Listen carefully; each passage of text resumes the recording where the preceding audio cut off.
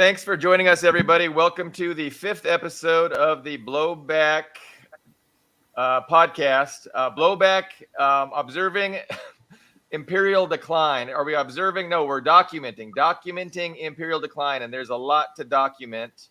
Ben, you want to start us off with?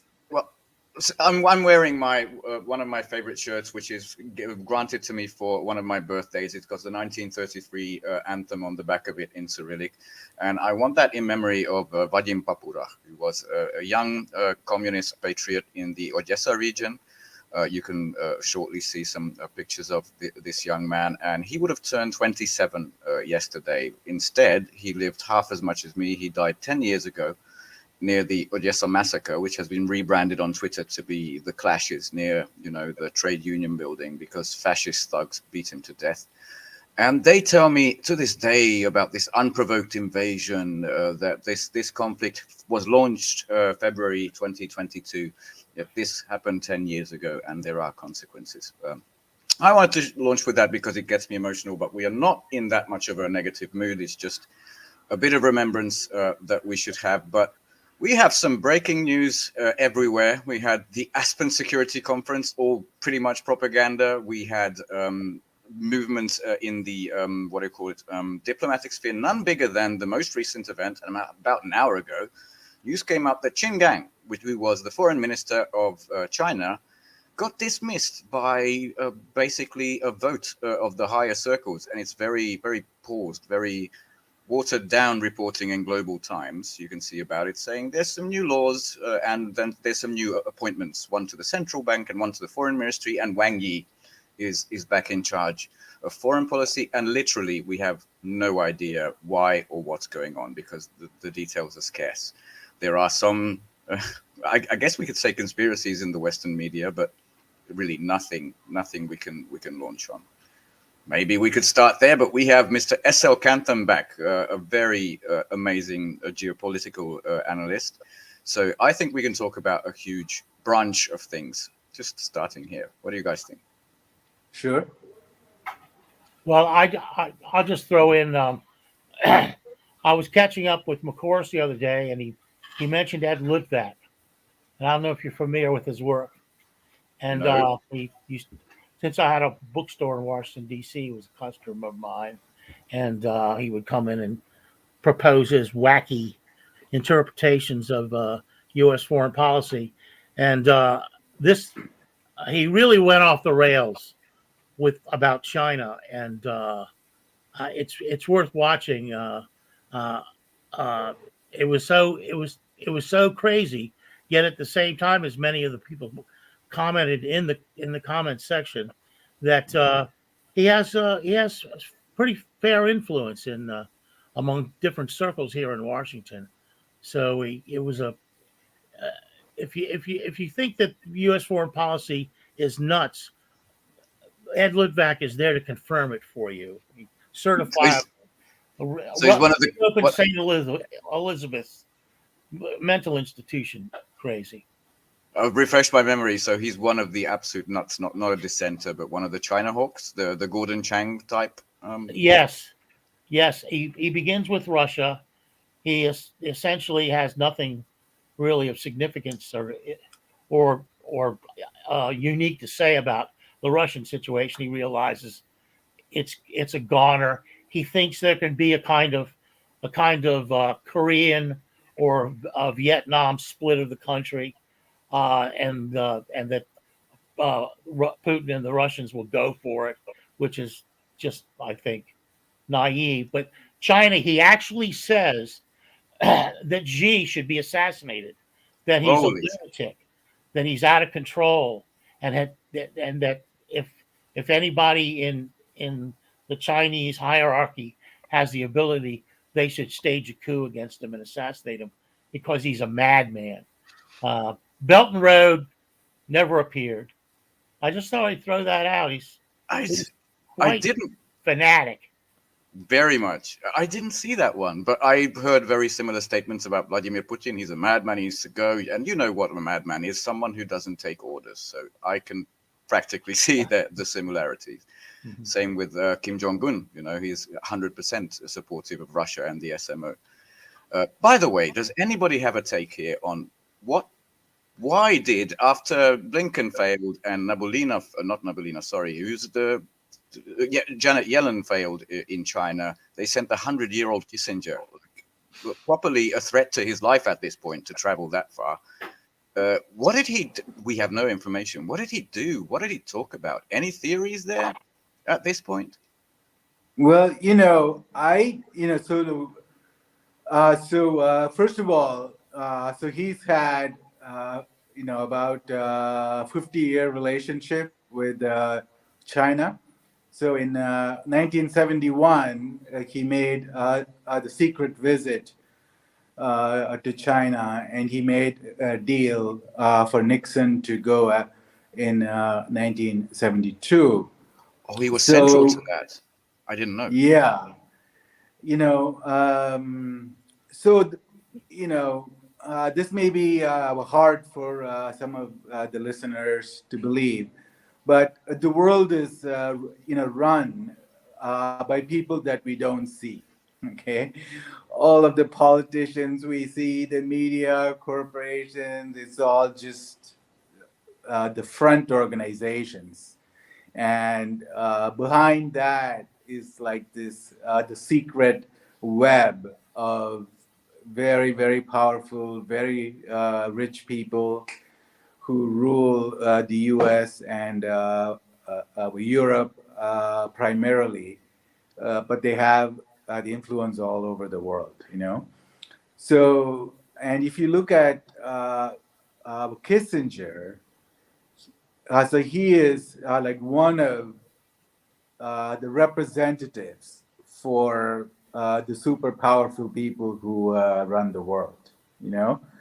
So when he goes to China, then you can just imagine this really big picture discussions, about the multipolar world, sharing the power between China and the West, so how the world is going to look in terms of technology, the spheres of influence, economics.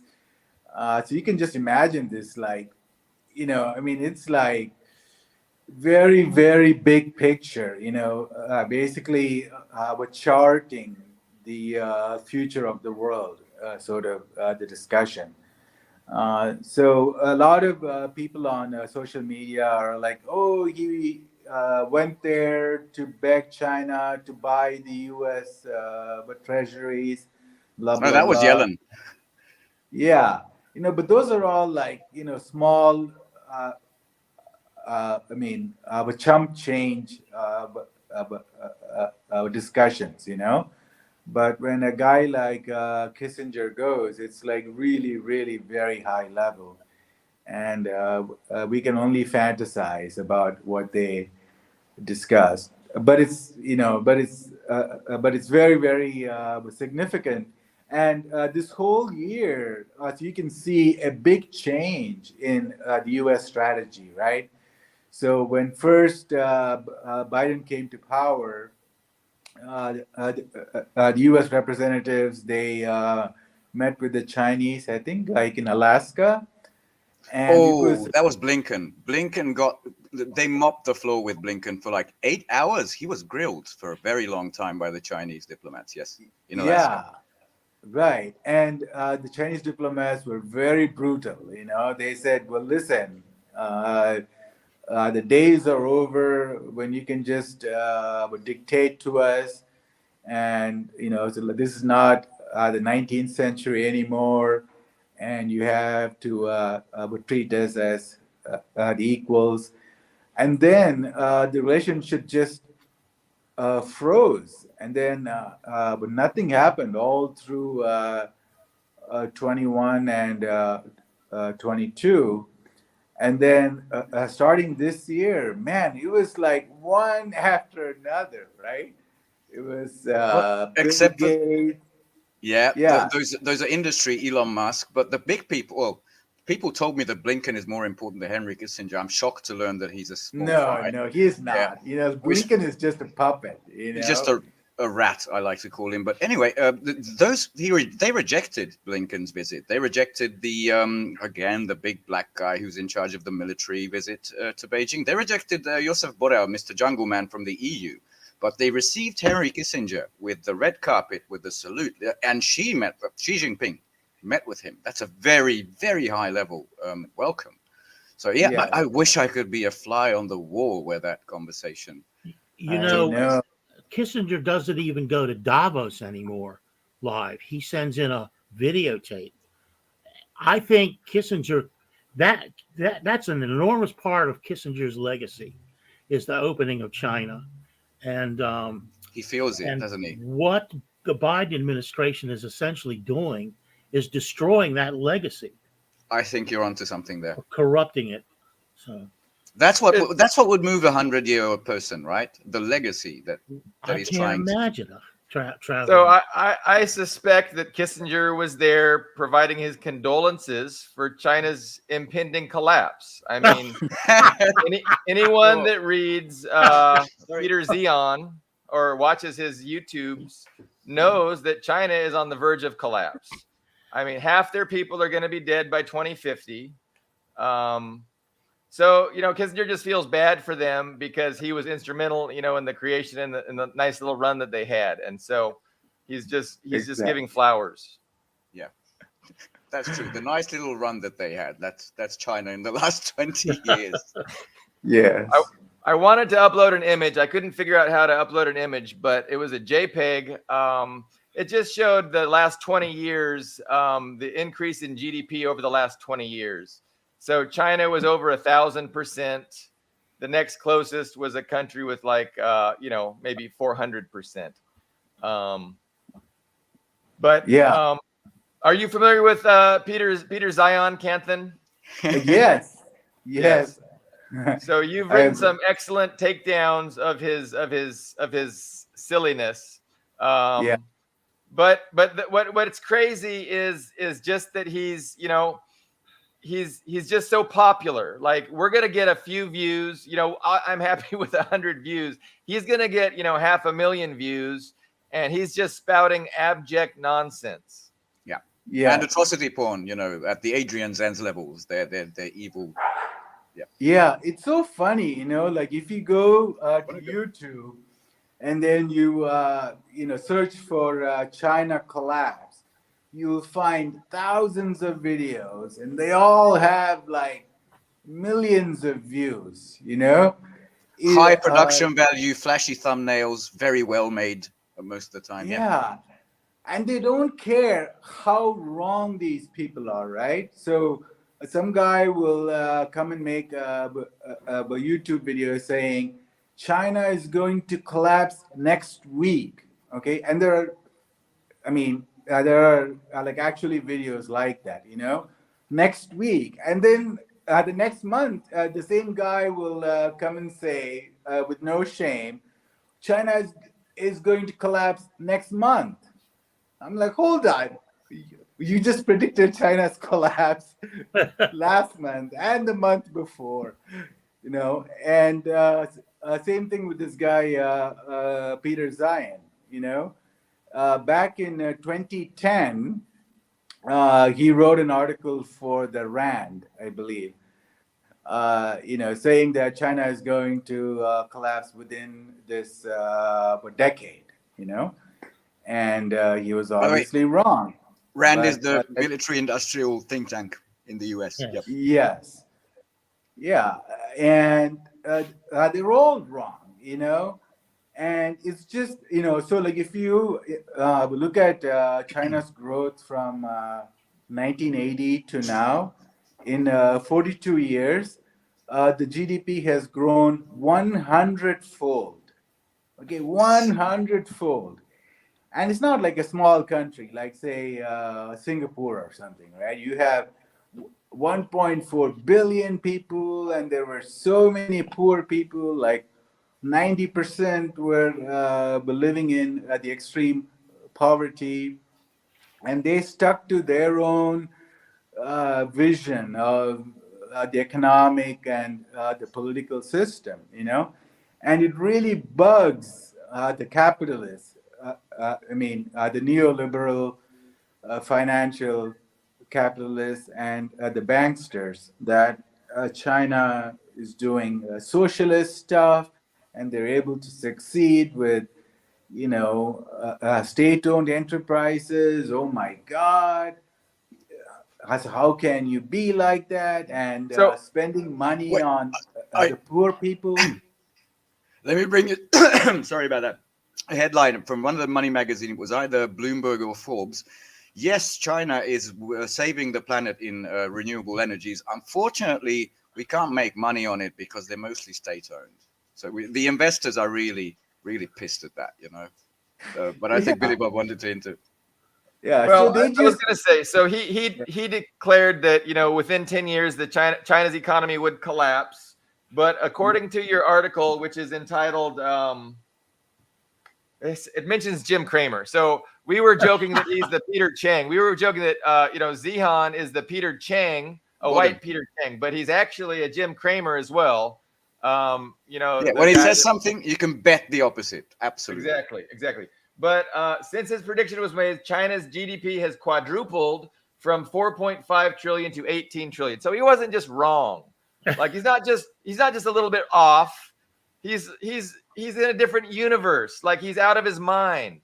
So it didn't collapse. It quadrupled. Anyway, I mean that's just representative. I mean, just take everything he says and apply that to it. It's ridiculous. Do you remember the what is it called? The Evergrande. It's going to collapse China, the housing problems, the mortgage. Yeah, everything in real estate. And what it was basically a controlled demolition of a bubble, which is ready to burst in the West. And China just did that without any effect on the actual stock exchange, on the actual wealth of the people, which I think is remarkable. But everybody was singing the same tune back then. Because they're authoritarian, Ben. They're authoritarian and they cheat. That's why they're successful. yeah. By the way, Yes, go, Mr. Canton. I don't know. Go ahead. I wanted to give context because I'm Hungarian. I didn't know the name Kramer. I had to learn that later in life. He's one of these money people on CNN or Fox. I don't know, a big thing. And he's always CNBC. Yeah. Okay. So he says, bet on this. You have to invest in this one. And he just does the bell thing. And every time he makes a call like that collapses. So there's this in normal conversation, there's something called a reverse Kramer. When he bets on something, you bet on the opposite. And 9 out of 10 times, or maybe 10 out of 10 times, it works out. Because he always rings the alarm, or the investors thing just they all never work out.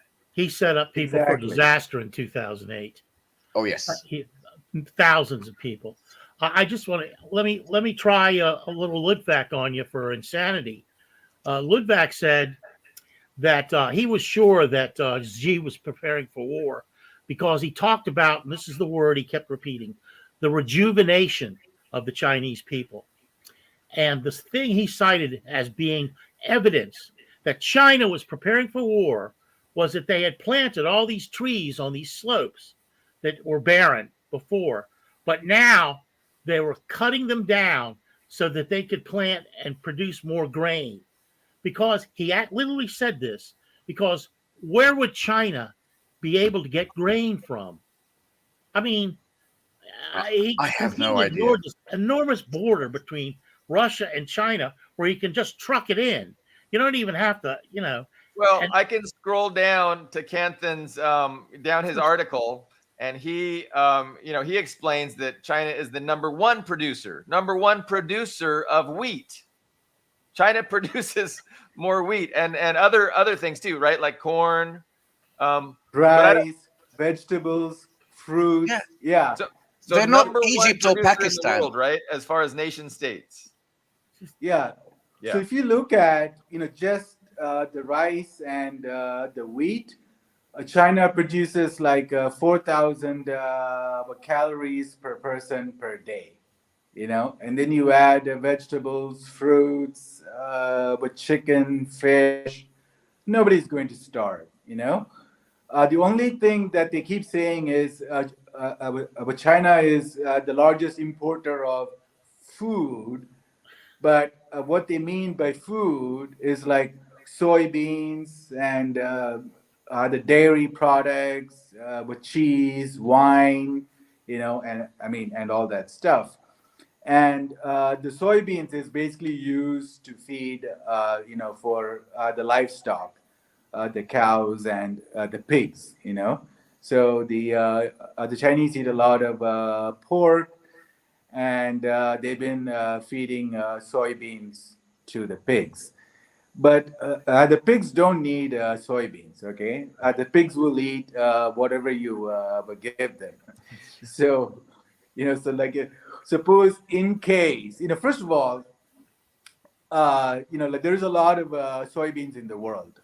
So Brazil and well, Argentina, but they can supply the with China with all the soybeans they need. But just in case if the U.S.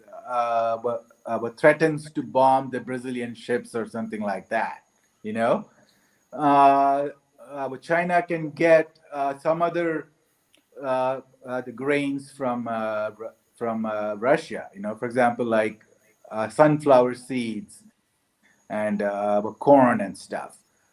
The pigs are not going to mind if you replace soybeans with sunflower seeds. You know, so I mean, this whole thing is so ridiculous. First of all, so let's say the U.S. wants to stop the shipments to China. But that's not going to happen. Okay, so China is the largest trading partner for 120 countries in the world, and it's the second largest trade partner for 70 more countries. Okay, so nobody is going to let the U.S. just bomb Saudi oil that's going to China, or a Brazilian ship that's carrying soybeans. So this whole the concept of, if we just like stop the Malacca Strait, then we have a stranglehold over China. Yeah, 20 years ago, maybe. But that's what the Belt and Road Initiative is about. The Malacca Strait no longer has a stranglehold on everything that China. Sorry for interrupting. Yeah, so then you look at, I mean, so first of all, so why would all the other countries, like say Saudi Arabia and Iraq and Angola and all of them, why would they let the U.S. Stop their ships from going to China?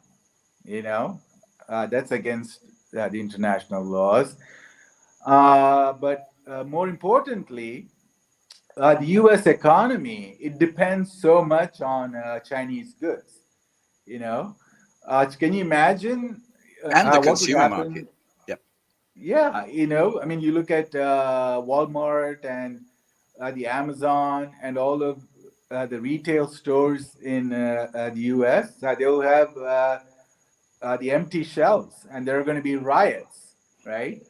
And I mean, and on the first day of the war, but China is going to take over the Apple factories, the Tesla factories, Walmart factories, but Nike, blah blah blah, and the U.S. stock market will lose like with trillions of dollars, like with 20, 30 trillions of dollars will just evaporate on the first day of the war.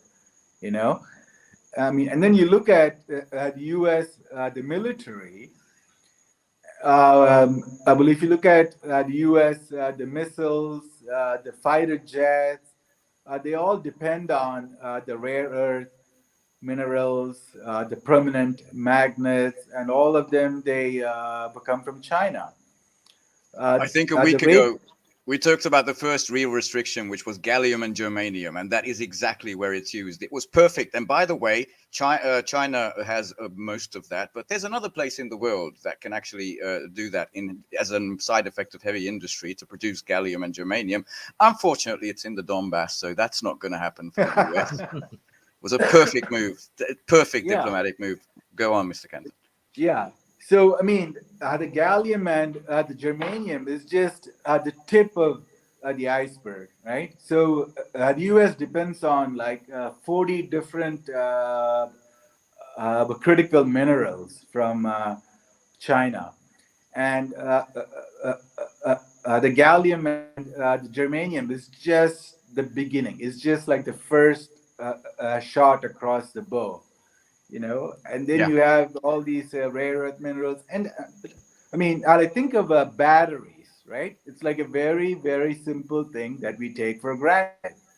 But Very 90% of the, advanced industrial yeah, processes that lead to that battery. Yes. yes. And like 90% of the batteries in the world, they come from China. They do. Okay, so just imagine the U.S. economy trying to run without batteries, right? I mean, millions of batteries they fail every day, right? Yes. And yeah, so it's just you know, they're not going to be able to do anything to China. And uh, uh, then also China can do the same thing. You know, as China can block the trade for Tit for tat. Japan, South Korea, right? Vietnam, Philippines, Singapore. You know, they have the world's largest navy, but the ships don't travel long distance. I think it's like 1,000 mile radius. It's a But defensive navy. Yeah. yeah, What's the opposite right. of a blue water navy? The blue water navy is supposed to be global, and they have, I don't know the other phrase, but that's just a local navy. Yeah. Right. Yeah. So they can stop the trade for all of the U.S. allies in South China Sea, and yeah, I mean, how? I mean, to think of like, say, the medicines and the antibiotics. 90% of the antibiotics in the world come from China. Mm. So how is the world going to survive without Chinese medicines? And if you look at some countries, like my country, India, they produce a lot of pharmaceuticals, you know, and they ship it to the U.S. But for 75% of the APIs or the raw materials for the pharmaceutical drugs in India, they come from China. Okay, To so India. like if you stop China, then we cannot produce any medicine. The whole world will die. So yeah, so I mean, it's just madness to say, and you know, so Peter Zayan has this like crazy theory, you know. He's like, yeah, well, the U.S. just has to leave the Asian area, and then all the other countries are going to gang up on China. No, okay, those countries They'll they finally be want they'll be He, he, friends finally without the he's, they'll he's be gun. literally friends. saying that the U.S. is there protecting China, and if China leaves, everybody else is going to attack China. Like Yeah. that's He his lives in analysis. he lives in another Oh my dimension, God. guys. Okay. No, he That needs makes like analysis. absolutely no freaking sense, right? Yeah. So Call I him want So Dr. Freud. I wanted to add a couple of things. I don't know if anybody else wanted to as well, because that's the stick. China has that stick. You're going to die without us, okay? But there's also the carrot, you know, because China has. I watched the graph. I wish I prepared and we could share it now. About they have the largest what do you call it? The consumer, not the consumer sector, but the consumer society, as in people with disposable income who travel, who buy shit, the latest gadgets, watch movies, all that. Not nobody who wants to export anything, and that includes digital material, movies, not just things, can exist without China. They want a part of that huge market. And if someone were to cut that off, I read some, this is the financial news. I don't know if it was FT, Bloomberg, you know, one of these, but German industry, Volkswagen, Mercedes, they have fallen way behind. What is the Build Your Dream, the main EV manufacturer of China? That's Bide. the BYD, yeah, exactly. And that's not the high tech. That's not the beautiful luxury car. That's the everyman's vehicle, and you can get it for like 15,000 or something. Remarkable. They've fallen behind that, and once you fall behind, we learned that back in the day with Japan. You always play catch up unless somebody sabotages you, as happened with them and the Plaza Accords. But Germany's fallen back, and the other headline, exactly the same territory, was Tesla, and Elon Musk was there. Including his platform, which is now X. That's the new X. Twitter. I don't know why. He's running circles around German automakers. That was also one of these Forbes or Bloomberg headlines. And yeah, basically China didn't do that. The US did that, but there's no turning back. If you want to build some stuff and you want to have profitability, you can't live without China. Carrot and Right. stick. I You wanted to know, add that. yeah, and so many times I see on social media that China makes only cheap products, you know, 1990s, and yes, it's a knockoff factory, isn't it? yeah, and they don't understand that, but China does both, you know. So if you look at China's the exports, 40% are low tech, but 60% are medium to high tech, you know. Yeah, the So DJI drones, that's very sophisticated technology. You need a massive chain of electronics and physics and very well trained students to create something like that. That's Chinese. yes, and so for example, if you look at, I mean, with Tesla. 95% of the components that go into the Tesla, they are made in China by Chinese suppliers, you know. So you look at the Tesla wheel, the body, the frame, the door, the windshield, the electronics, all of them are made uh, by Chinese companies. The only thing that is not Chinese are some of the semiconductor chips that go into the Tesla car. So they are very, very advanced.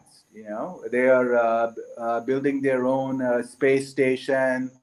They are number one in Guys, 5G. imagine whatever country you're living in to have a lunar program. Imagine the years of R&D, the physics training, the massive chains of industrial processes of electronics that goes into a lunar space program, which China has. It has its own space station. So unbelievable. I'm surface level. When I follow you on Twitter, I know all this data, but on surface level, I just look at museums. I look at subway stations. I look at, it's like sci-fi. It's like stuff I dared to imagine when I was a kid. That's what's alive in China today. But Right. Yeah. You know, I mean, the best thing is, I mean, to go to China. Okay, so like that would be like the best, the $2,000 that you would ever spend. I it's the mean, You want antidote. to take empty suitcases. Take empty suitcases. yeah, you know, so you land in Shanghai, and then you see the sign for maglev train. So you pay like $7 or something, and then the train will literally floats above the ground. Okay, so the wheels don't even would touch the rail, Doesn't have wheels. and huh? It doesn't have wheels, but you're correct. Yes, yes, yes. Yeah, yeah. Okay, so maybe it doesn't even have wheels, but it floats above the rail, and you go to the downtown Shanghai at 450 miles an hour, and you go, oh my god, and then you step out of the train station, and then you see this skyscraper that's was 600 uh, meters, yeah, 600 meters tall. And then you see these amazing, beautiful subway stations, subway trains that go at 160 kilometers per hour, and the malls, the luxury malls, the hotels, they look like freaking museums, and they're, oh yes, so we have this thing from 700 years ago. We were like, wow. And Have you been to uh, China a bunch, Kenthan? yeah, Or just once. one time? Yes, and I was there when I mean the COVID broke out. So, but I didn't know at that time, but I saw like a lot of people were sick and were coughing everywhere, and I'm like, wow, this is like a really bad flu. And then I came home, I turned my phone on, and they go, oh, there's a virus. Wow. I But I wonder. never got. This is But harking I back. Sorry, go. no, I mean, but I never got sick, because I have a good uh, the natural immunity. Good constitution, natural immunity. I have two Putins right here, so I got the Sputnik. But anyway, the less spoke about the pandemic, the better. But I wanted to go back to harken back to your point about factories, which I don't know if you know Alex from Reportify Media, also iChongqing channel. He's lived for 15 years in China. There's also Angelo Giuliano for about 10 years plus in China. They're wonderful. I wonder if you've talked to them. And they use this phrase that Europe and America have Lego factories. Basically, everything is built in China in little components. They ship it in, put it together like a Lego, and look, we put a made in America on it. And that's basically what it is. Now, just imagine severing that tie that holds it together. On the point of the automotive industry, yes, we have BYD, we have the beautiful cars, but I just wanted to show you something that has become my absolute love, and I'm going to share it now. This is a honky, basically a limousine, but it reminds me perfectly of the Chaika, the armored Soviet limousine. It's the most Russian-looking Chinese car I've ever seen. It's for diplomatic stuff. It's like 2 tons. It's a V7 engine. It's not one of those EVs, but they also make this stuff, okay, that you've never heard of before. So I thought I'd put it up. It's just, they make everything. I mean, so this was the first the Chinese car. I believe that was built in the 1950s or so. It was like one of Mao's first project.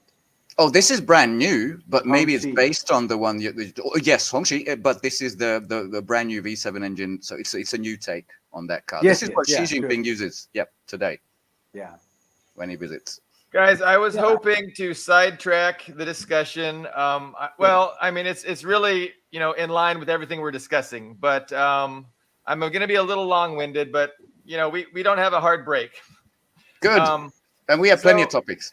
When I was, becoming politically aware and trying to figure things out, I came across 2 different, approaches to China. So you have Western leftists, even people call themselves Marxists or communists. They were really anti-China, and they had a narrative about China. They said that, Mao was a good socialist, but then when Deng came, he turned China towards capitalism.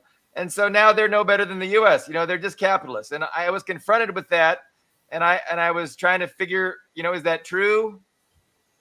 And I've come to the conclusion that the actual narrative is way different from the one that these Western leftists or Western Marxists proclaim. So I have a quote from Mao in 1945, and he's talking about, people wonder why us communists want to embrace capitalism, but we need to embrace capitalism. So this isn't Deng in 1970. This is Mao in 1945 saying, the ultimate path of China is through capitalism. We have to develop the productive forces. We have to industrialize. We just can't let the capitalists and the imperialists have control of our political of our state. But we need to allow them to invest. We need to get investment, and we need to develop. So I don't see Deng as being a break from Mao. And also when Kissinger and Nixon came in the 70s, China didn't make a decision to open up. The West made a decision to end their unilaterally imposed economic embargo. So it was, the self-sufficiency that Mao practiced was due to the Sino-Soviet split and the Western embargo. So he had no choice, but that wasn't his first choice. Like his first choice was to do, I think, what Deng ultimately did, but it wasn't within his power. So what Mao did, he lobbied the West and he said, look, you guys don't have anything to fear. End your embargo and let us be part of the global economy. So when I talk to Western leftists that condemn China for opening up, for liberalizing, for allowing Western investment and private ownership of industry, I asked them, like, would China have been better off if they just maintained this self-sufficiency and this isolationism? Would that have been good for your average Chinese person? And if the answer is no, like, what is socialism to you? What is Marxism? If it is not the improvement in the material conditions of the actual people, of the workers, then it's a worthless ideology. So to me, like I said last show, Canthan, that's what Marxism is to me. It's the the identification and the pursuit of the pragmatic increase in material conditions and the quality of life for the vast majority. So what a tremendous decision. We've talked for a half hour about how China has rendered itself impregnable to economic assault and to military assault. There's no way that the West can destroy China economically. They're too integrated. You said over 90% of the planet's countries are China's either number one or number two trade partner. You're impregnable. You're not going to be able to sanction China. You're not going to be able to defeat China in an economic war. And like Ben was saying, the Navy and the whole military is purpose for defense. So you're not going to be able to attack China. So I just wanted to hit home those points in my loud, boisterous way. I mean, these are important things for people to get. Like, China made the absolute right decision, and it wasn't a break with communism. It was totally in line with Marxism, in that it resulted in the China we know today, a strong, impregnable China that the people are doing well. It's the most efficient increase in material conditions and quality of life we've ever seen in the history of the known universe. And it's tremendous. I've seen people are getting on board with this. People are getting on board. People on the right, Scott Ritter, and I mean, I'm not saying Scott Ritter's on the right, but I mean, he could be a cultural conservative, but he's saying, thank God for China. I'm hearing Scott Ritter say, thank God for China. And that's a refrain I've stumbled upon for about, 4 or 5 years now. I've really been impressed with China, and there's no other way to say it, but thank God for China. And I think the more people focus and try and figure out what's going on, the more they're going to come to that inevitable conclusion. Okay, that's the end of my rant. If I know Mr. Canton, I mean, he doesn't like ideology, but I look forward to hearing this. Sorry. Like when you talked about Mao in 1945, so he was a visionary, and he wrote letters to Franklin Roosevelt, to President FDR, and he said, "Hey, listen, why don't we work together?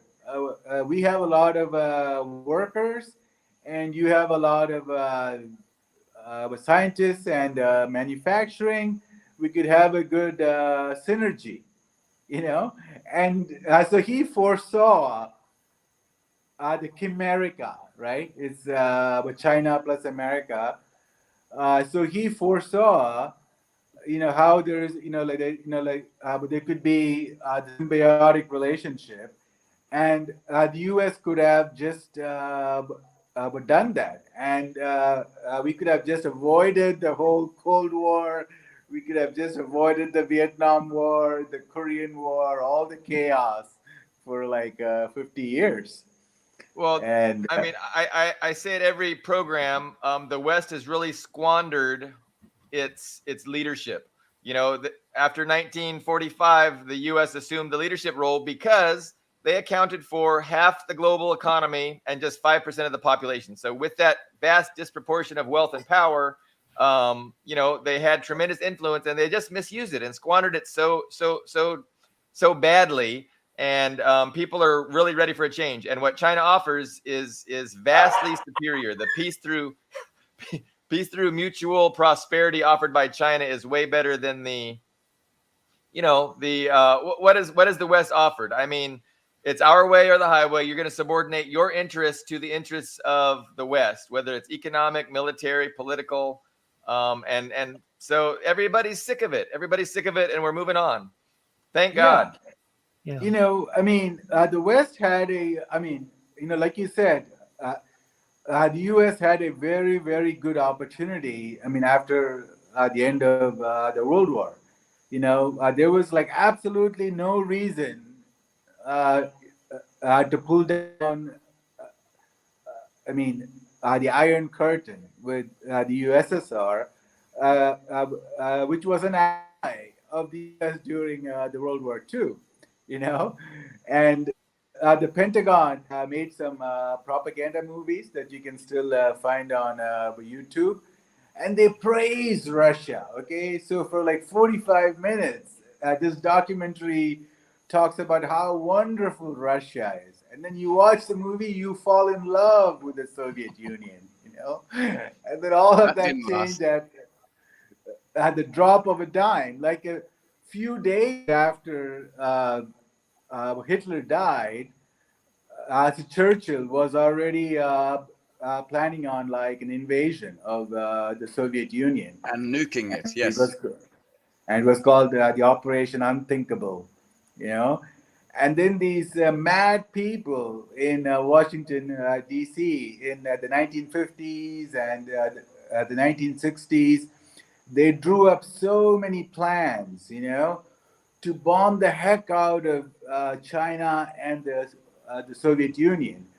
In one of the plans, they were able to identify 1,000 cities in the Soviet Union and China to drop nuclear bombs on 1,000 cities. I think You you must know? have been the one to share this because I saw this on an interactive map that you can explore still today, which was based on the plans drew up by the British and them. So every time somebody says the Iron Curtain, I have to say that's fucking Churchill's Iron Curtain. It wouldn't have happened on Soviet initiative. But please go on. Yeah, because Stalin had no problem dealing with the capitalists.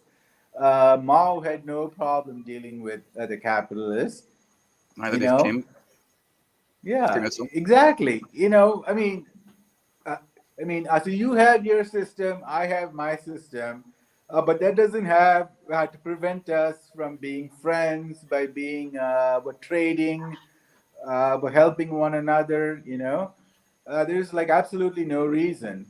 But there are these people at the very top. They would thrive on the divide and rule. They don't like peace, as George Orwell said. When you think the government is waging a war on somebody else, well, actually, the government is waging a war on you. You know, and Broken it's clock, right twice a day. Fuck that snitch, but yes, you're right on that. I want to emphasize that there was this wonderful moment in history when Kim Il Sung, Stalin, Mao, they got along fabulously, by the way. All three nations, practically the same. So it was Vietnam, completely lockstep. And then yes, Khrushchev, unfortunately, happened, very much a result of Western meddling within the Soviet Union itself. And then the Sino-Soviet split, the rest is history. But basically what China did, when I was distracted because trying to source this, I saw this somewhere, proper source, when in the late 70s, Mao introduced Deng Xiaoping to Kim Il-sung, saying, look, I'm old. There's not much left in me, but this guy, he's a trained revolutionary. He knows what to do. You should get to familiarize. Not many people knew about Deng Xiaoping at that time. He's the future. This was after the Sino-Soviet split. So that's when the MLMs, the Marxist-Leninist Maoists, so-called in the West, they don't exist in China, said, oh, they restored capitalism. Look at them. The yoke of the wage slavery has returned. They took the US for a ride. They saying, you can come in here. We get technology transfer. You get your stuff. You get your cheap labor. You get your high profits.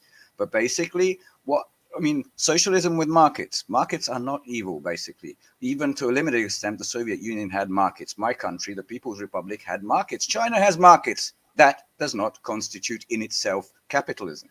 When someone becomes a monopoly in the markets, for example, let's say Huawei with technology, what it becomes is state-sponsored or state coordinated.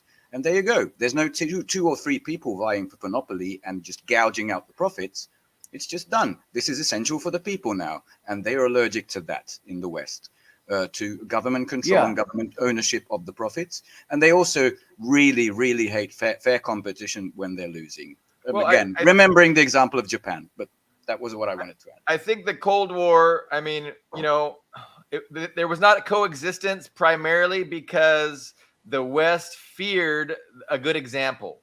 They feared the threat of a good example. And given that we know what a superior system a communist run government is, now that China is the proof, that's why one of the reasons I say thank God for China, because like they've been a communist party in power since 1949. And I mean, it's been the best ever government in the history of the known universe as far as developing, improving quality of life, etc. So the West feared that, right? So that's why they sanctioned. That's why they didn't give that opportunity to North Korea, to Cuba. Those countries are still under an embargo because, and the reason is, if you lift the embargo, allow them to trade, everybody will see it's a way better system than oligarchy.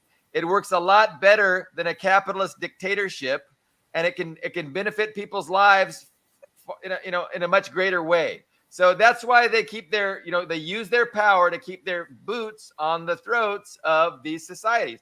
They made the mistake in China of letting their foot off their throat, and now they're trying to figure out how to put it back on, but it's too late. It's done. They lost. Yeah, because Other than media silence, there really is not much they can do. Sorry, Mr. Campbell. No, good.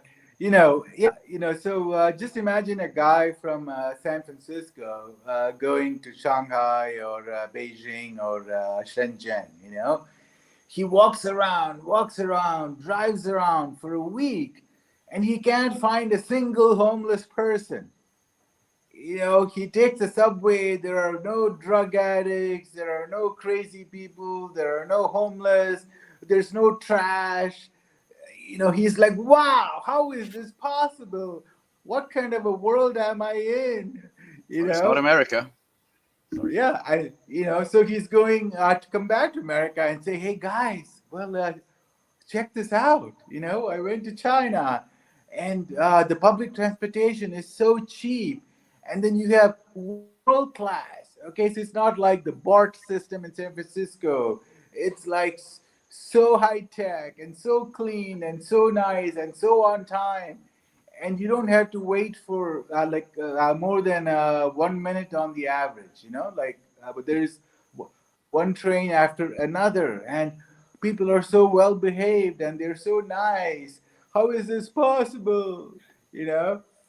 And then he's going to cause. But at what cost, Canthon? Oh, at yes. what cost?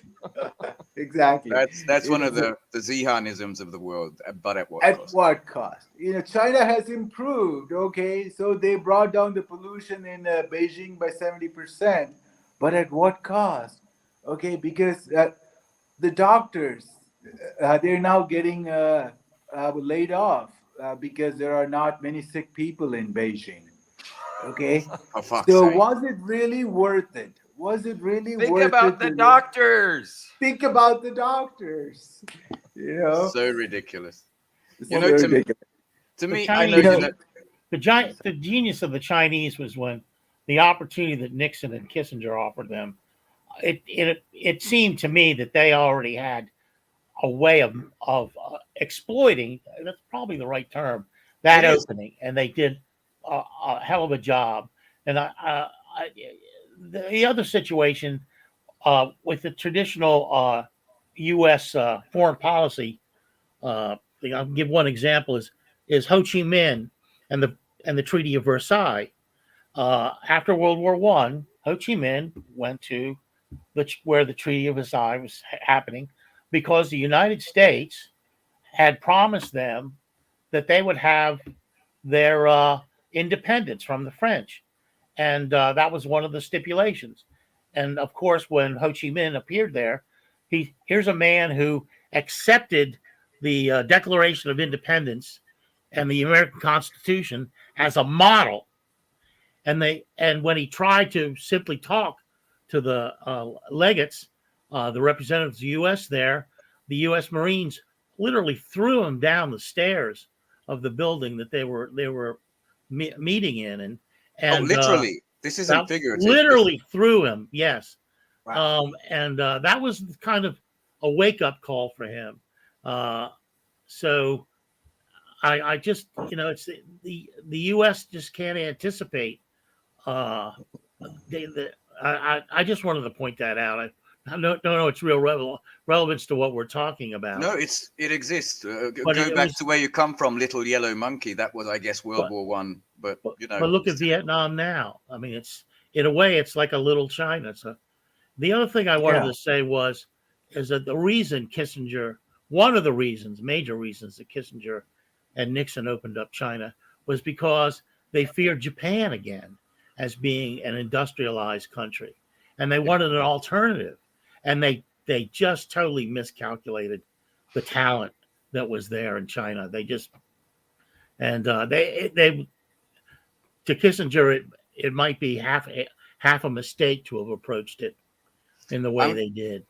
I'm going to give a third reason just to be part of this because other than Billy Bob, nobody has to agree with me, but he probably does. But they followed Stalin's footsteps, and for his life, he fought against the huge bureaucracies. He didn't want that. He did the August Plan, which is a cybernetics program. He said that's just going to decimate the huge bureaucracy and make it actually dynamic and responsive to the people, like China is, because it's hugely integrated in the informational sphere. That's what Stalin wanted.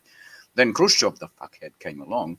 And basically, that was axed, that program. And these opportunist assholes came along. And China, I think, saw these developments, saw what it would lead to, not just the Sino-Soviet period, but, the 70s. You could see the writing on the wall soon enough. There were big problems in the consumer goods and all that within the Soviet Union. They said, okay, if our big ally is going down, we need a lifeline. And they continued. Basically, Deng Xiaoping learned from that mistake that the Soviets made. And he said, we're not going to make that mistake. Also, side note, they never, ever going to do tomorrow what the Soviets did to Stalin. Basically, for them, that was the hugest sin that could ever be done. The secret speech, I'm talking about Khrushchev, where he was this horrible dictator and all that. And they saw that with horror. So basically, I think those factors are what led to China choosing this specific road. And there's a final point. China doesn't really think in, I'm going to be in this political office for 2 years or 4 years, and I had to plan for that. They think in decades. They always have. Come on, this is a 4,000-year-old civilization, people. One of the earliest.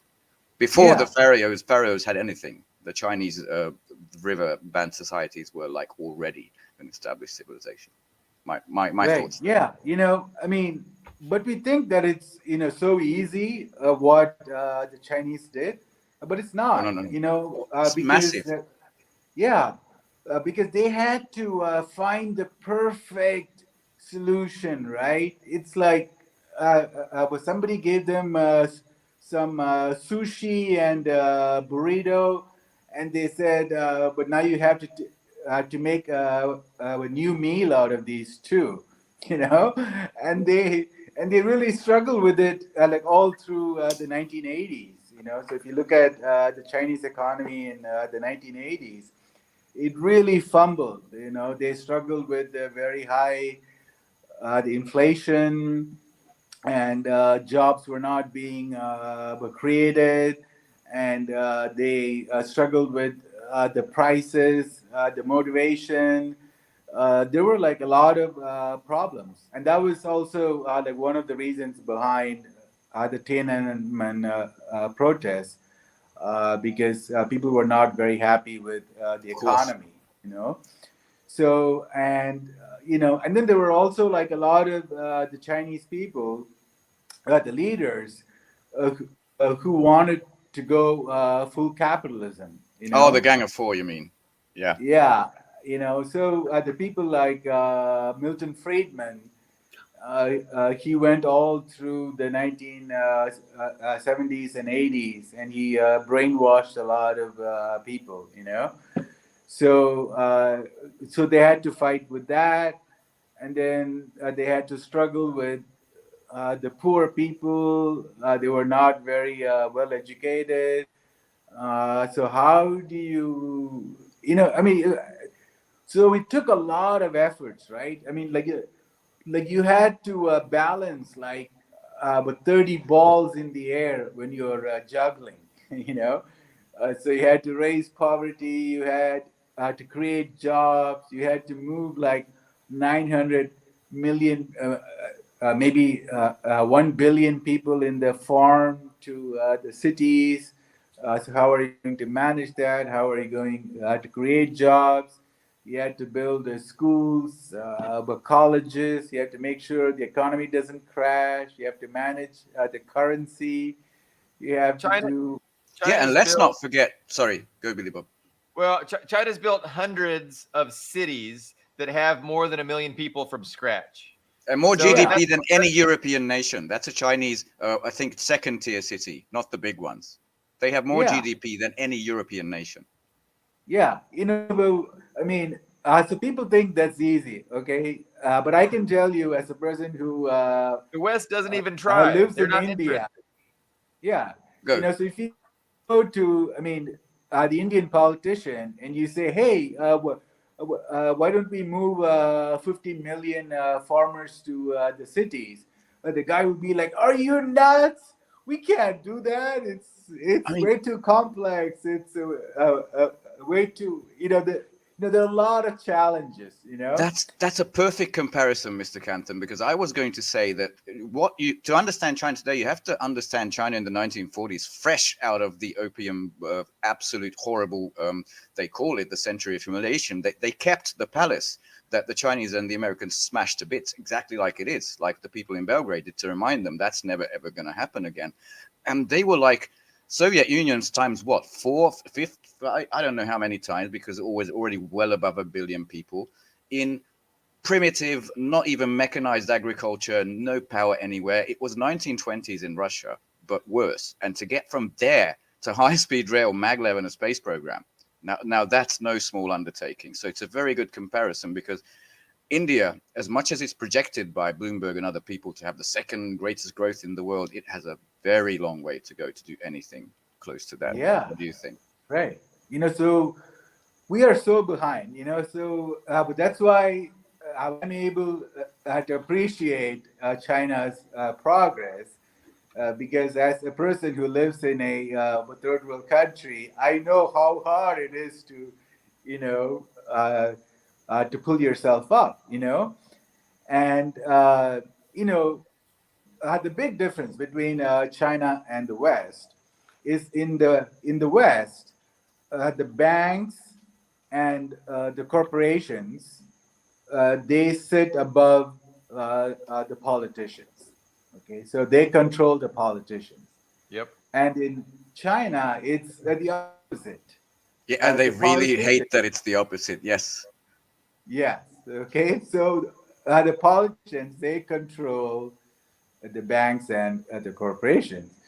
So that's like the first reason why the West hates China, because it's a wrong model. It's like, hold on, For no, no, them. no, no, For them it no. is. For them. Yeah, right. For the For them people it, of China, you can call the people's police if you see your boss doing some corrupt shit. And they will be on your side. Imagine that.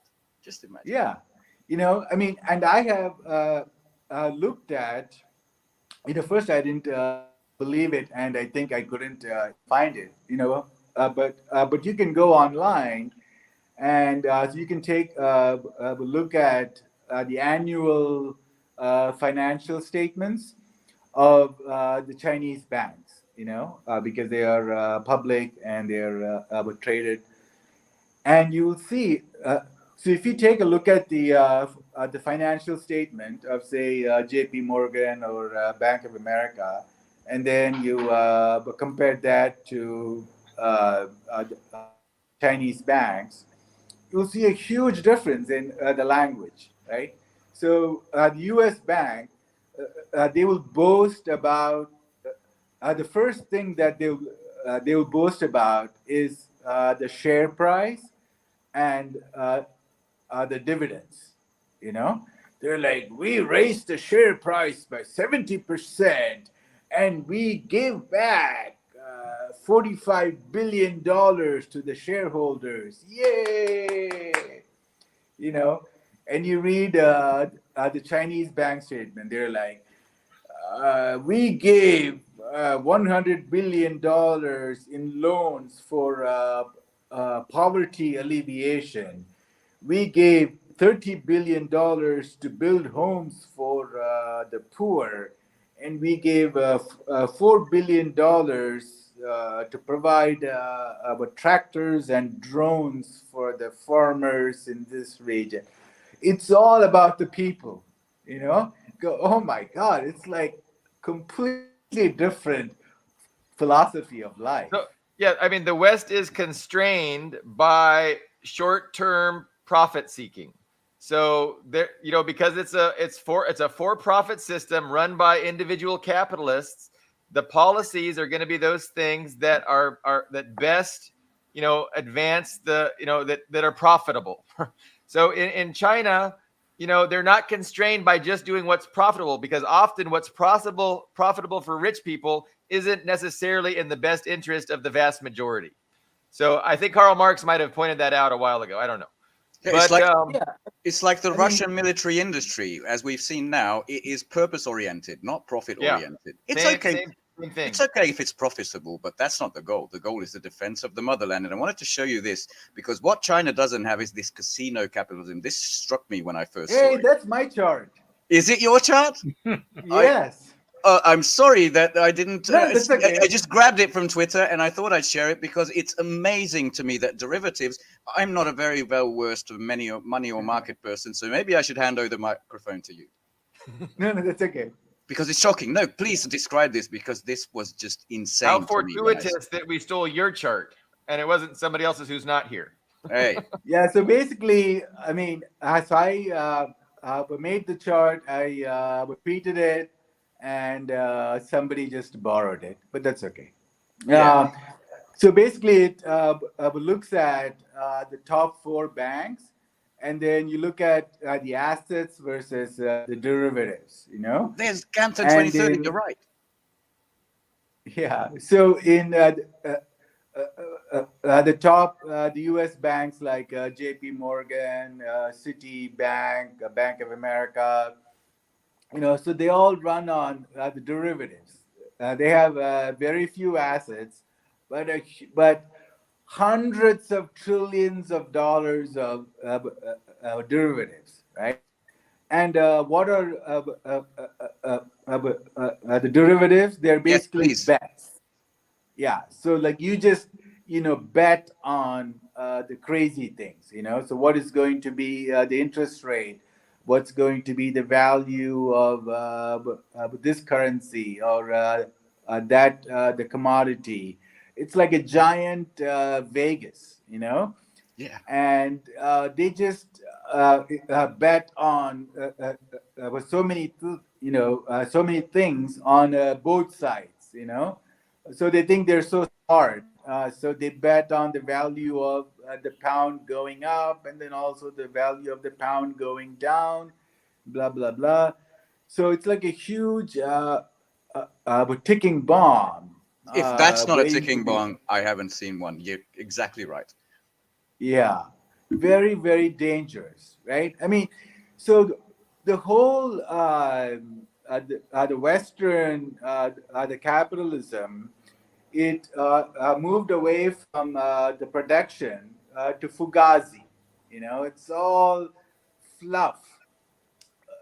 I mean, so it's basically financialized capitalism, right? So if Yeah. you don't produce anything, what do? You start to create crazy ways to make money. So you tell people, hey, why don't you buy a house, and then it's going to go up in value by 30%. So you get into the casino capitalism of the homes. So so you buy a home, and then you say, and then if I'm a bank, I mean, if say Ben is a bank, and he wants to sell more mortgages, he will come to me, and he will say, "Hey, why didn't you buy Billy Bob's home?" I'm like, well, It'll go no, up. that's too expensive. I don't have the down payment. And I'll then help you Ben out. goes, "Don't worry about down payments. Who needs down payments?" So then I buy the house. I'm hoping for the next fool. You know. But but this is not real economy. No. This is just. I mean, this is like the bubble economy, right? Yeah. And in the same way, they basically financialized all sectors. So if you look at the big pharma, 75 at 80% of the new drugs, they are basically the same old drugs that they sold for the previous 20 years with minor modification. Okay, Yeah. so they changed this like one molecule, but it has absolutely no effect It's a brand new on drug. It's the brand new same drug. component. My dad And is they a can professor sell of it at a anatomy. premium price. It's no longer generic. It can't be He a told generic. me this Right, many times that you're not. It doesn't matter what's on the box. You are getting the main ingredient. They always just tweak it. Yep. Every year. exactly. And then, yeah, so they will, like they would say, "Oh, but this drug you had to take but twice a day, but we have a new drug that you can only take Repackage. once a day." Oh, wow, what a great invention! And then they charge you. I mean, like, but think of, You I know. mean, diabetes and I mean, insulin, right? Yeah. Yeah. So Basic fundamental needs of people. Yes. fundamental stuff. And I mean, the insulin was discovered, invented, whatever, 100 years ago. Okay, so like if you look at the technology, well, insulin should be well as cheap as a bottle of water. So it's been around for 100 years. There's nothing magical about insulin. Uh, but then you look at the cost in the U.S. Some people have to pay $1,000 a month to get Yeah. insulin for I've seen. the diabetics. Yeah. So you just will create a predatory system because you don't have anything else to produce. Like you don't manufacture. So then you just pay somebody $5 to make a bag, like I mean a handbag, and then you put a seal on it saying Gucci, and then you sell it for $500. Yeah. It's What's worse is what you just described. They call in the financial literature captive market because what does a man with diabetes have? What's the choice? I pay this, whatever. I've seen some of the bills. They're horrific. They scare me shitless. You pay or you die. And that's it. Those are the two choices you have. And Or that's you what's cross the really, border to Mexico and that's been happening at an increased buy rate. some Yeah. less expensive. Yeah. Yeah. So by the way, how I got diagnosed with diabetes about 2 years ago, and so I went to the doctors. Of course, they said, "Oh, so you have to take this drug, that drug." I'm like, so hold on, so I need to go do some research online. So I spend, a week doing the research. I go, man, this makes no sense, because all these drugs are, have huge side effects, and they don't really fix the foundational problem, Mm. you know. So it's like, like you say, the house is on, fire, and they give you a mask. You know, Good luck. hold on. Yes, I can, breathe with this mask, but you're not solving the fire. Like Yeah. or, yeah. So it's like, but terrible things, and each drug. Um, so whatever drug you look in the Western medicine, they don't, solve the underlying problems.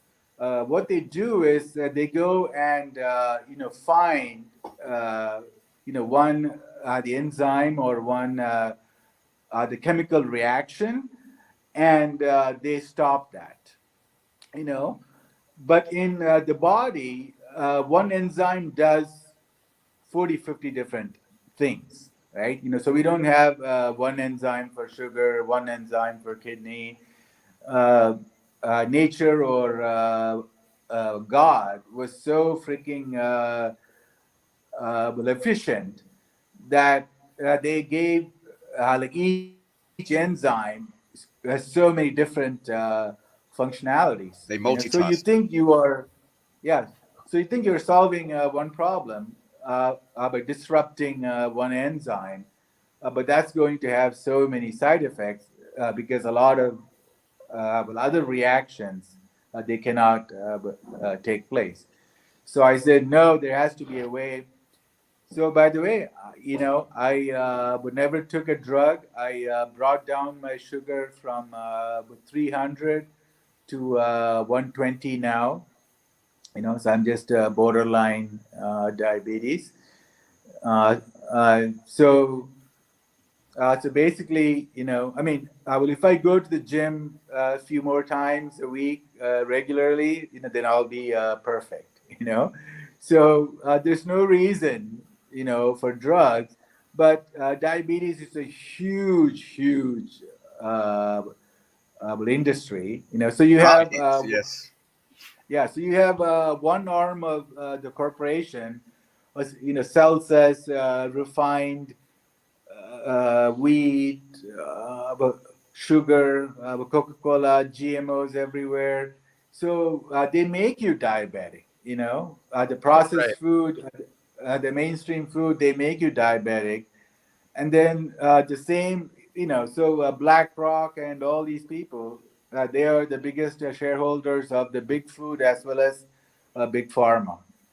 So these two corporations, they work together. One makes you sick, You know, and you're one, right, but that could take us into dangerous directions yeah, considering yeah, okay, both the pandemic and mental health. But it was a very interesting direction to take. And when you were saying, insulin, I thought it was a Hungarian invention, but that was penicillin, basically, and antibiotics. That was a Hungarian invention. But I don't want to get bogged down too much here. I just wish that Europe, it's an American invention, this financialization and investification of everything. But I wish it weren't the same in Europe to such a huge extent. I mean, people I know are buying cars and flats with thinking about the 10-year value, and it's just horrific. They don't buy them to live or to use anymore. Everybody has this marketization in their brain. But since the topic for the title for today's program was nowhere to go, I'm wondering, the US and NATO, the 50 whatever countries that powered Ukraine, are getting smacked in the mouth, and it's perfectly obvious to the world, like increasingly obvious to the West as well. I'm wondering what you think may come next, because they're also trying to indicate that they might try to smash Iran, where there's also tensions. The Russian fighters are also playing games with American people in over Syria skies.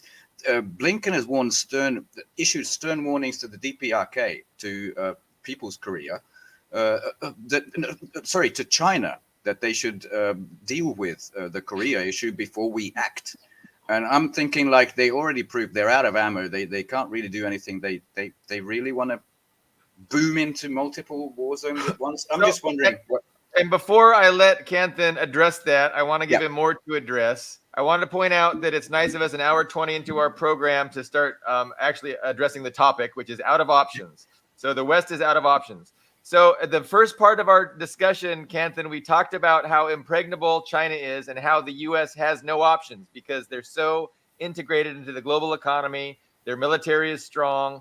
And yet, it seems there's this thought in the West that the only thing that can keep us from economic collapse, because of the way we've just created money out of thin air for so long, is just to do a financial reset with another global conventional war. So between these two things, yeah. What, Yeah, no pressure, no pressure. But that's the big question. give us all the answers. We're waiting. okay. So as I've been, so the last time we spoke, we wondered aloud what's going to be the plan, but I think I have figured it out now by looking at these the influencers and the foreign policy analysts. So so now it's pretty clear to me I'm listening. that they're going to dump Ukraine and they're going to move on to China. Okay, There's a big and the blame game. way, I think you're right. yeah, Go on. because the biggest the obstacle I had in this path was, but how are they going to save their face? And then I read these articles. I'm like, oh my God, these guys are geniuses. Why didn't I think of that?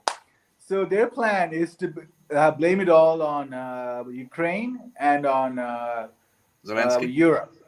Oh, Okay, in they're going Europe. to say, well, listen, from the beginning we said it's a proxy war. Okay, they're lying now, but if you look at the mainstream media like CNN and all those people, they're now blatantly starting to use the phrase proxy war. So, so now they have a perfect excuse saying, listen, we didn't lose the war against Russia. Well, if we really went in, we could have crushed those, fat vodka drinking, shovel using Russians easily. Piece of cake. But well, instead, because we don't want American soldiers to be dragged out. So this was not really a consequential war. Okay, it was. I mean, who cares about Russia? It's a very poor country.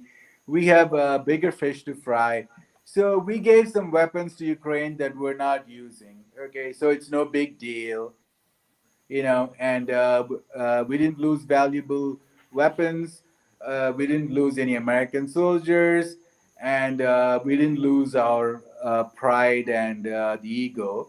We just said, okay, here are some weapons to Ukraine and Europe, and they lost. Okay, and they've been fighting. Like they will fight for another about 2 years, but that was really never our concern, because our Can I goal is actually China.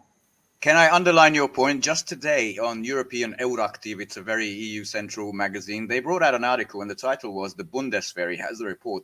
The Ukrainian officers are unable to act according to Western standards. They are blaming the officers now. They still think like Russians. They're not proper NATO material, and they lost the war. This big blame game is really going on. So this shove it under the carpet, as you. I don't think if I don't. Did you say that or did I? But anyway, it's actually going on. So I'm wondering. Okay, letting you to go on to purer waters. So go Taiwan. What's happening? Yeah, so this Obviously, is neither of us know, but we can speculate. yeah, so this is like the perfect. I mean, the pivot, so that Biden can win the re-election. I don't know, but more importantly, the U.S., the military, the industrial complex can move on to the next project uh, uh, without facing any pushback from the public. you know so then they will say, oh, so we have to build these four new military bases in the Philippines. We are building a new base in the one more island, I think, Papua New Guinea, and they India, will right? Did India agree you to know host? A naval, what do you call it? Service station, I think, some kind of a base. Yeah, that's India. yeah, and they'll send more weapons to South Korea, Japan. So their plan is to start a war in like around but Taiwan, South China Sea, and it's so easy to start a war. I mean, if you really want to start a war, you can start a war. And Finishing if it is a different thing. Yeah. right, as in like Vietnam, if the worst comes to worst, like you say, oh, the Chinese attacked our ship with a missile, like the Gulf of Tonkin, so you can just make up Yeah, stuff, yeah. and the people Yeah. are so brainwashed about China, like if uh, uh, the CNN says we have some evidence that Xi Jinping personally pushed the button on the missile, 70% of the people will believe it. So these mad people. I mean, I don't know, what their the plan is, because when the U.S. military it ran all these the simulations in the war in South China Sea, Yep. the U.S. lost every single time to China. Yeah, and So, what they do, they did this with Ukraine and Russians too. They tweak variables, saying, "Well, they're disorganized. Well, they're low on ammo." Well, and even then they couldn't win. They introduced, I think Scott They really talked adjust the inputs until they get closer to a victory, but then it becomes unrealistic. it's But not the whole looking good. problem is, the reason Russia was first, I think, for these people was because they don't want to take on a united Russia and China, so they were trying to weaken Russia, destabilize it, regime change it, balkanize it, and then China would be ripe for the plucking. But they didn't get the first one, and yet they're going to go to the stage two. I believe you. I think you're probably exactly right, and that Plan just B. demonstrates the craziness of these people. Yeah, yeah, if that's Plan B, that is insanity. Uh, it is. sorry. Because I mean, I wrote like a few years ago. I said the best strategy for the U.S. Would be to make friends with Russia. Okay, and then you draw Russia like Like away Trump from was trying China. to do. That was True. Trump's True. policy. People forget. Yeah, that would have been like the most the Thoughtful. I mean the rational and the Machiavellian thing to do. Like just like I think it was President Eisenhower who brought in uh, Khrushchev in the 1950s. And Yeah. he let Yeah. Khrushchev travel around the U.S. For 2 weeks, and he fell in love with America. Khrushchev did. Yeah. He brought That would Kadar have along, been by the way. like, yeah. So that would have been like that the Machiavellian thing to do. Bring in Putin, shower him with praises. Like make him look like a hero, and say, yeah, we're all one big family. Germany, Russia, and America. So let's all stick together, and then you slowly, But like look at remove those that. stinky Reds in China. Yeah, Yeah, that would have been the problem. exactly. But instead, they did everything wrong. Like the guy, Brzezinski. He warned in the Grand 1990s. chessboard, Yeah, he said, whatever you do, okay, so don't bring Russia, China, and Iran. Iran together. Okay, and then you lose like the biggest portions of the Eurasia.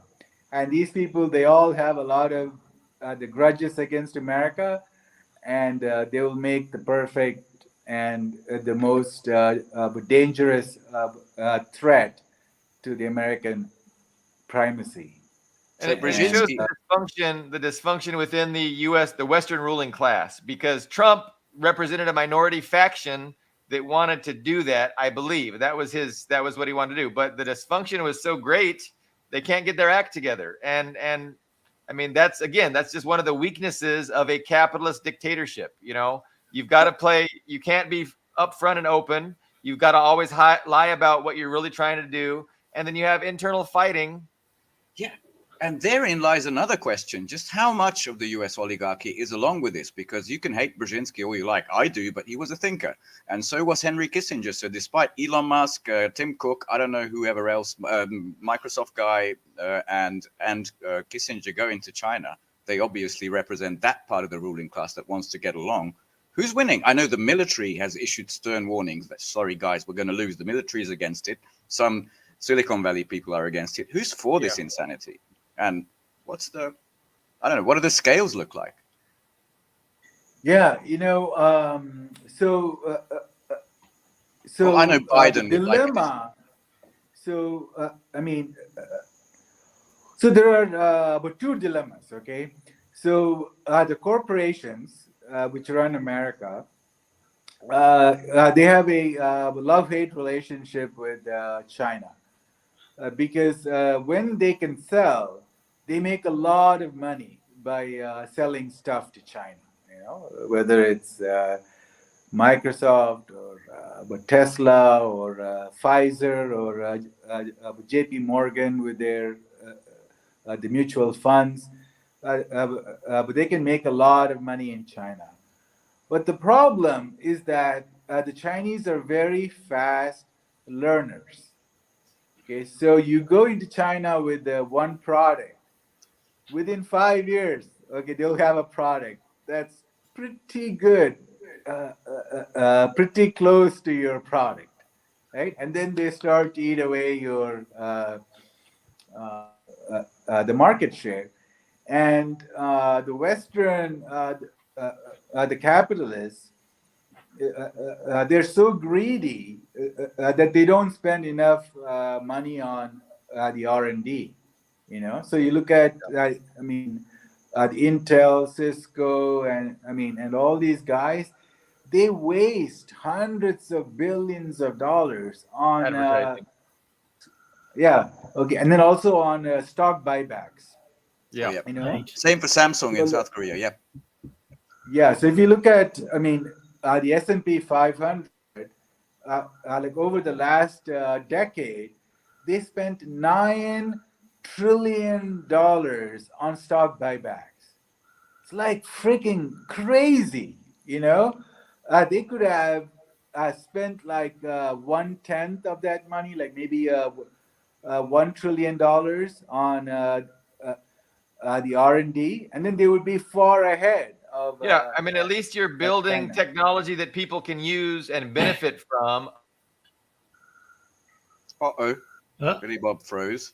Benefit from that whole entire industry. So So it's a the- system that's inferior. It's an inferior system, and the only way they can compete, they can't compete. It's not a competition. They've already lost the competition, so they compete by destroying, creating a war. That's going to be the only way they can compete. Yeah. Even though they don't openly admit it. I mean, they say we're all for competition, but there's no competition going on. There's no investment in competition. The U.S. doesn't have a plan for competition. The ruling class has it. They're going to destroy. They're going to try and, destroy them through. Yeah. I Okay, think so now Carlo they wants to say have- something. Yeah, Well, sorry, Carlo. You've yeah, been sorry. very patient while we've been off. Well, I'm just listening, but I wanted to just say it's also a problem with fiat currency. You just print money, you give it to the banks at 0% interest, and of course they take it.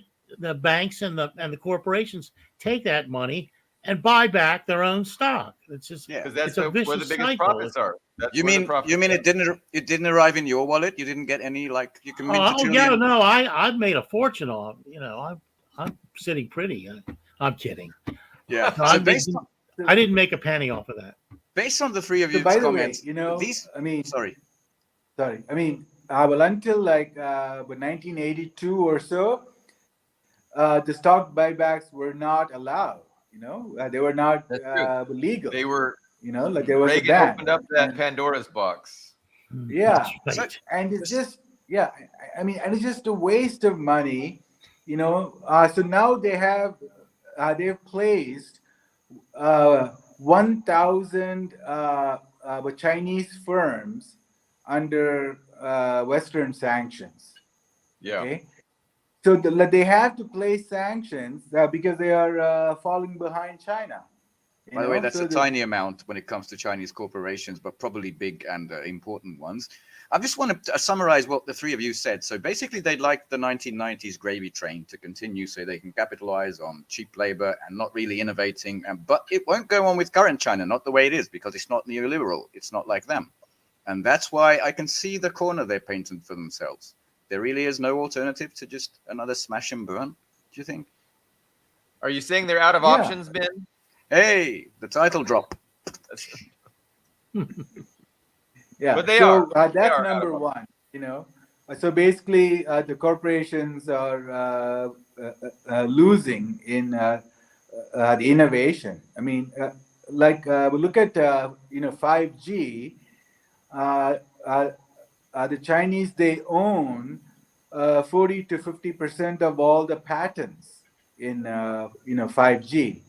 And then if you go back and you look at the U.S. innovations like the Bell Laboratories, I mean, the AT&T and GE and all those people, they were so innovative, right? I mean, you look at 1950s, 60s, 70s, and it was all Americans who were like doing great things, you know. And now China owns like 50% of all the 5G patents.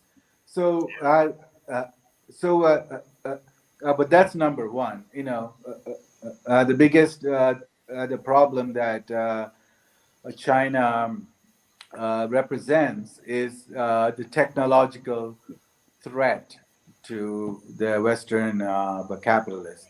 And you lose the technology, you lose the primacy, okay? Because it Yeah. runs the world.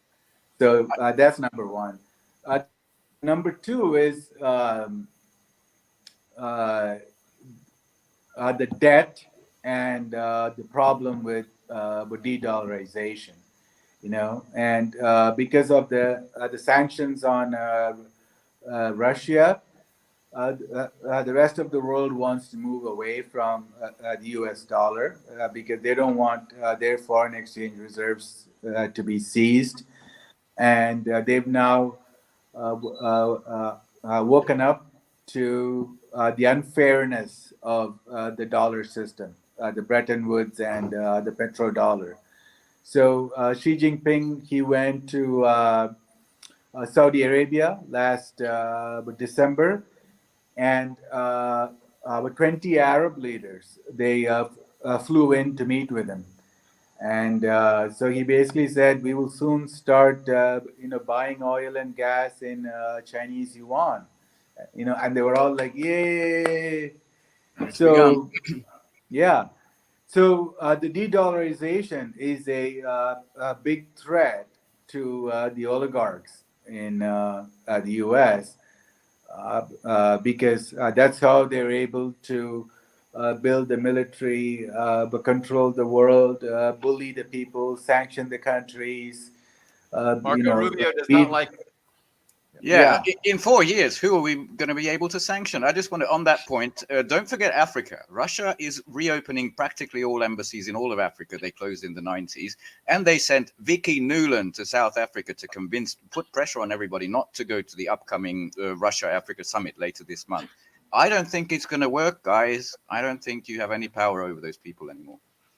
yeah, No point. No, not when you hear Ramaphosa from South Africa and the Kenyan president very eloquently saying, enough is enough, we've had it.